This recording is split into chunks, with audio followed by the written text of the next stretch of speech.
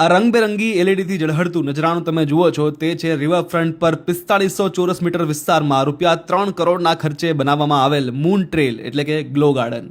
Riverfront પર બનાવવામાં આવેલ ગ્લો ગાર્ડનનું આજે લોકાર્પણ થશે. 54 જેટલા અલગ અલગ એલઈડી એલિમેન્ટ્સથી ઝળહળતો આખો આ પાર્ક બનાવવામાં આવ્યો છે.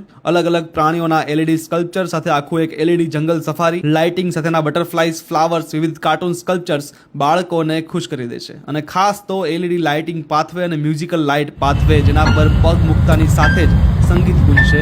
Lighting tunnel, selfie point, lighting table chair, lighting ઝૂલા અને લાઇટિંગ ટ્રી મુલાકાતીઓને મંત્રમુગ્ધ કરી દેશે. ગુજરાતનું આ બીજું ગ્લો ગાર્ડન છે જે અમદાવાદમાં રિવરફ્રન્ટ પર આજે ખુલવા જઈ રહ્યું છે. અટલ બ્રિજની પાસે આવેલા ફ્લાવર પાર્કમાં જ આ ગ્લો ગાર્ડન બનાવવામાં આવ્યું છે. તો આપને ફ્લાવર પાર્કની ટિકિટની જોડે જ ગ્લો ગાર્ડનની ટિકિટ મળશે. ટિકિટના દર સ્ક્રીન પર આપ જોઈ શકો છો. ફ્લાવર પાર્ક અને ગ્લો ગાર્ડનની કમ્બાઇન્ડ ટિકિટ ₹60 છે, જે બાળકો માટે ₹20 રહેશે.